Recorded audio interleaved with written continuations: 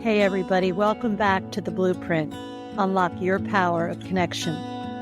I wanted to do something a little different today. I thought about it a lot this week after the election, and I had another idea for today's podcast, but I found myself really compelled to talk about my own experience, hearing that Kamala Harris lost, and also to share what I did afterwards. And my hope is that perhaps something that I share will help some of you either start to heal from your disappointment and loss.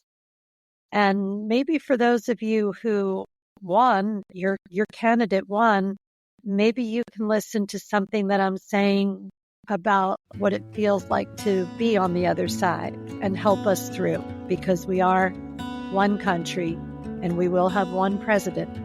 And so I ask you to think about that and hope that you enjoy the podcast.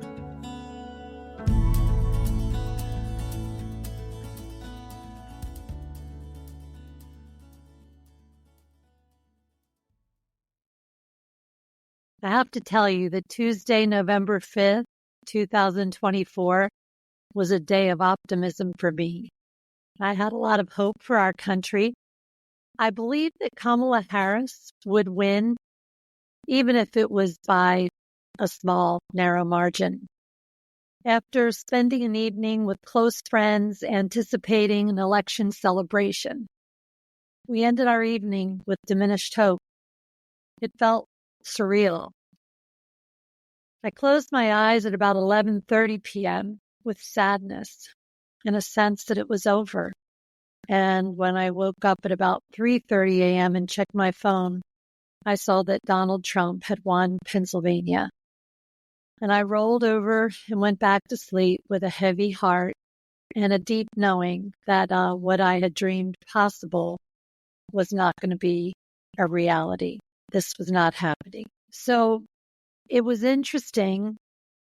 When I woke up the next day, I found myself doing what I normally do in the morning. I begin my day every day with a guided meditation, and one that helps center me spiritually. And of all days, I was not going to skip that. I prayed for a way to see these election results differently, in a new light, because the darkness that I found in my imagination was nothing I could live with. And I soon saw the truth that more than half of my beloved country had seen Donald Trump more fit to lead the free world than Kamala Harris. And so I began to focus once again on what I might not be seeing. That so many people that I care about, love, respect, voted for Donald Trump again. And I really have not found it helpful to analyze why they can't see him the way I do. As a therapist, I'm trained to study patterns of behaviors. And I typically form my perceptions based on what people actually say and do. And I also listen for any underlying needs, frustrations. And my perception of Donald Trump is very different from those who voted for him. But what I'm reminded of always is that perception is everything. And in our democracy, Donald Trump won the Electoral College, and he also won the popular vote.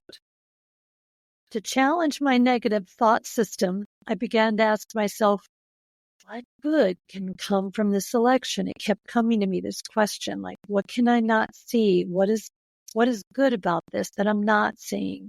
How do I reframe this event and take away lessons from my disappointment? In episode 7, Elections and Holidays, oh my, I tried to help my listeners prepare for the days to come. I saw Kamala winning. I imagined riots and months of legal battles and drama. But Donald Trump won, and now it's a free and fair election.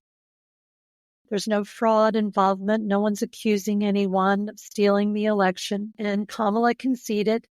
Joe Biden called the newly elected Donald Trump to congratulate him, and there will be a peaceful transfer of power. Now, that is a good outcome. So now what? As a country, we are either depressed or we're elated.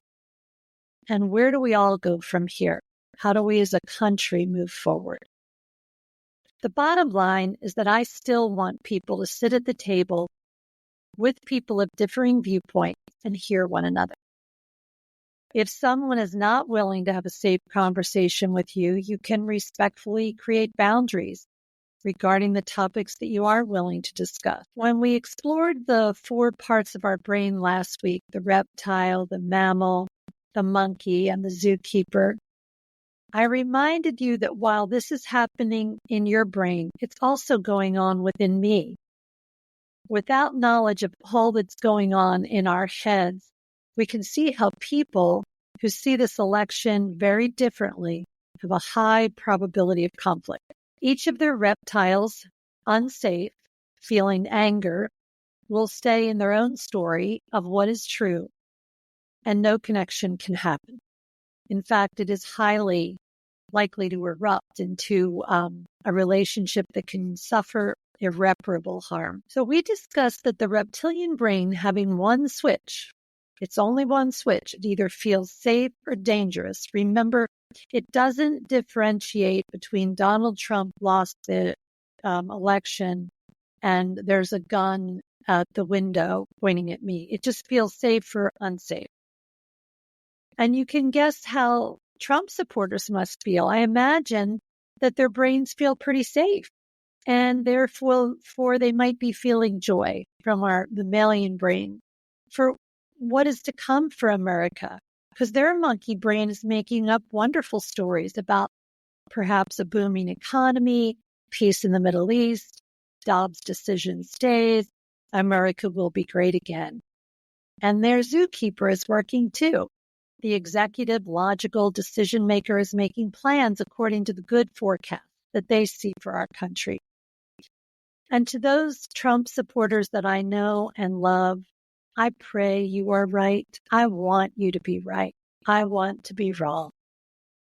I hope you will listen to my podcast, even if you don't need support right now because you're actually feeling relieved. Maybe you can stay. Maybe you can listen. And maybe you can help your friends like me feel hopeful. Maybe you can support us in our time of despair. We are grieving. Help us through our disappointment. I hope you will, because above all the noise, we are one beautiful and blessed country. And not unlike our families that are filled with love and imperfection, let's try to reconnect after this rupture that we've all experienced. So what about the rest of us, the Kamala hopefuls? My phone and email has been blowing up locally, nationally, and even from our global community. People are scared. Not all people, but people are scared. So the reptiles that they are experiencing feel unsafe, and they are feeling a range of emotions: disbelief, shock, anger, and despair. We are in desperate stories. Will their gay son and his husband lose their right to be legally married? Will people who are hardworking immigrants be deported and treated inhumanely? What will happen in the Ukraine? Will another woman die waiting for medical attention? I will not go on, but our stories are endless, and most do not tell the tale of hope. So now I'm going to invite you to find your zookeeper part of your brain. And if you feel lost in my metaphors, stop right now, go back and listen to episode 7, Elections, Holidays, Oh My. It will help. So my zookeeper has had a lot of exercise. Prayer, meditation have really helped me create a superhighway from the reptilian brain back here to the zookeeper up front here, where once was a real muddy road, I promise you. And it is my belief that we are not meant to suffer. The Dalai Lama once said, pain is inevitable, but suffering is not. And our grief, our collective grief, our individual grief is painful. We will walk through it. Let's though turn to solutions so that we don't have to continue any kind of suffering. So here's where we need to practice the pause. In physics, it's the second law of thermodynamics. As our activity lessens, order actually increases. So the pause slows everything down so that order can come back. In Kevin Cashman's book, The Pause Principle, he defines the pause principle as follows: the conscious, intentional process of stepping back within ourselves and outside ourselves to lead forward with greater authenticity, purpose, and contribution. And I think that we all want to walk with purpose and contribute to this world. And as a student of the pause principle, at about 7 a.m. the morning after the election, I went into the pause place. I asked myself if I could get curious, as I said, about what good could come from this election. What could I possibly do to keep myself out of the kitty litter and be of service? I jumped on a Zoom call with 7 other amazing therapists. Each person shared their grief story, and we listened to one another without judgment. We each found a safe place to begin our grief journey. And I suggest for you right now that you find some safe people to share your story. A pause doesn't mean skip over the hard part. It just means giving yourself the space and the time to reflect. We need to listen to our bodies. Some people need to rest. My husband slept for hours. It's one way he copes, and it helps him restore balance. After my group support, I chose not to do something. I chose not to turn on the TV. I chose not to look at my social media. I chose not to listen to the pundits analyze why Kamala lost the election. I chose not to listen to the news all day. I knew I was not strong enough in myself to hear all of the narratives. I needed to pause and reflect on my own. So for me, sleeping does not restore. I began to do things around the house to feel some sort of sense of accomplishment. And I turned to the serenity prayer. God, grant me the serenity to accept the things I cannot change, the courage to change the things I can, and the wisdom to know the difference. And if you don't believe in a higher power, this prayer still works. Because we often spend too much energy ruminating about a lot of things that are out of our control. And then after I did this, I responded to friends who were hurting, and we shared poems and stories. I let people grieve, and I let those who could celebrate. So today, a full 24 hours of pausing with my reflections, I changed my podcast entirely. And I wanted to tell you what I'm doing to cope and what you might do that may help you move forward. I want to be a part of our country healing and becoming more than what we are today. In a world where disinformation is everywhere and people are too busy and perhaps too overwhelmed to find the truth, we who are committed to the truth must be vigilant about our own intention and how we are showing up in this world. With 4 beautiful grandchildren and 1 on the way, I feel compelled to do better. Erik Erikson, a developmental psychologist, studied the life cycle of human development and postulated that we move through 8 stages in our lifetime. They are autonomy, initiative, identity, intimacy, generativity, and integrity. In our adult years, we are in the generativity phase, and he says this is when we do our payback. We pursue a desire that has meaning. We leave a legacy to help the next generation. We can slow down to help others and pull others forward. Winston Churchill once said, "We make a living by what we get. We make a life by what we give."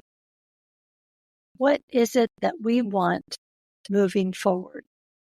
Can we be a catalyst for change in an angry or hopeless state? Global transformation begins with generativity in our own circle of influence. The action of lifting someone else right now will help you, even if you don't think you have the energy to do it. Ask yourself, am I living in my values? Our greatest threats right now are within our own minds. George Bernard Shaw wrote, "Better keep yourself clean and bright.